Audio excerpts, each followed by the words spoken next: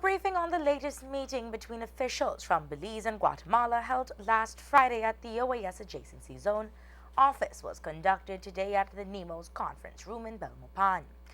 Chief Executive Officer in the Ministry of Foreign Affairs, Ambassador Lawrence Sylvester, opened the session this evening just after 4 o'clock. Foreign Affairs Minister Wilfred Elrington and the opposition representative Assad Schuman took the head table where they spoke of the details coming out of this last meeting. According to Minister Elrington, prior to the meeting, a team from Belize met in San Ignacio to complete a draft of proposals to present at the scheduled meeting with their Guatemalan counterparts. Prior to the meeting, we developed a draft of what we wanted to see incorporated in an agreement with the Guatemalans. The draft was developed in consultation between the Ministry of Foreign Affairs, the Belize Defense Force, General Jones, and the opposition. We completed that draft on Friday, the 8th April, at a meeting of the Belize delegation at the San Ignacio Hotel. At that meeting, participating were Foreign Minister, myself, CEO Sylvester, General Jones, Ambassador Rosado Alexis from Guatemala, and representing the leader of the opposition was Dr. Assad Schuman. In the Belize internal meeting in San Ignacio, we discussed our wish for the OAS to participate in the discussions between Belize and Guatemala. We thought that that was very important, that we have the OAS present.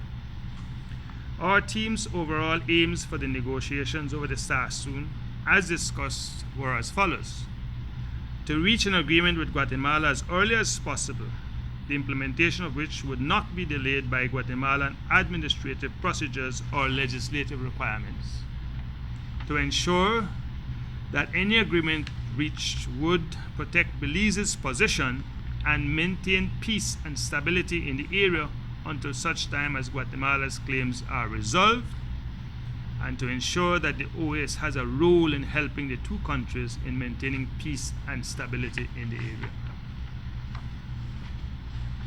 The meeting, therefore, was almost exclusively to formulate this modus vivendi, this agreement for utilizing the SARSTUN by both our militaries and by both the civilian populations of two countries. That was the intention. The 11-paragraph document that was drafted held several proposals which were aimed at giving Belize full access to its portion of the SARSTUN. The proposal which we came up with had 11 paragraphs. The first paragraph says this: the parties agree as follows, and these are the proposals. None of this has been formally agreed to by the Guatemalan side. This was the proposals that we put to them last week Friday, but it has not been agreed to by them yet formally, and we are hoping that they will signal their position on them as soon as possible. The first one was this: the channels of the SARSTUN River shall continue to be freely navigable by vessels and boats of each of the two countries without any interference or trailing by the other. The second: whenever any vessel of any one of the parties approaches the base of the other party or any other vessel, it shall reduce its speed as a token of respect and friendship, and to avoid injury or damage to persons or property. 3.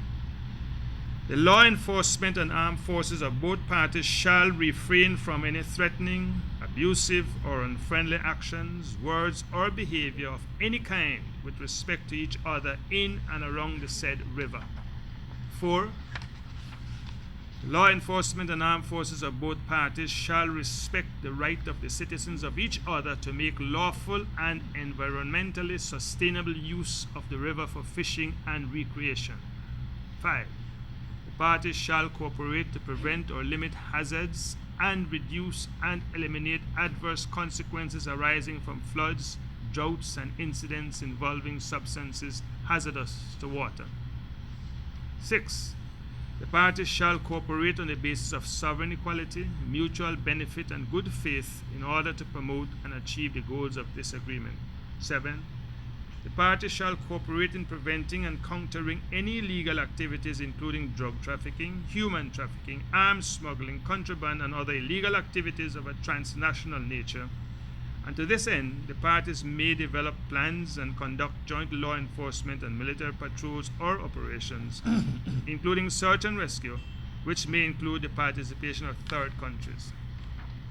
8. The parties shall cooperate to avoid incidents on the Sastoon River conducive to tensions between them. In the event of such an incident, the parties shall immediately communicate with one another to contain it, resolve it, and prevent its recurrence.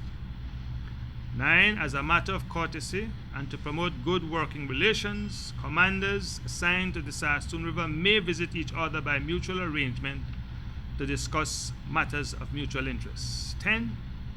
The parties shall on a regular basis exchange information.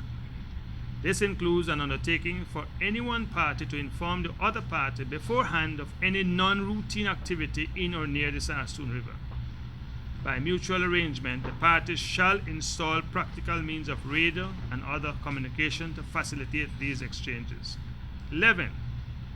If a dispute arises between the parties as to the interpretation or implementation of this protocol, they shall seek as soon as reasonably practicable to resolve it by negotiation, and should they fail to satisfactorily resolve any such dispute, either of the parties may request the Secretary General of the OAS to use his good offices to propose a solution to the dispute, and the other party hereby agrees to accept such offices and to comply in good faith with the recommendations of the Secretary General.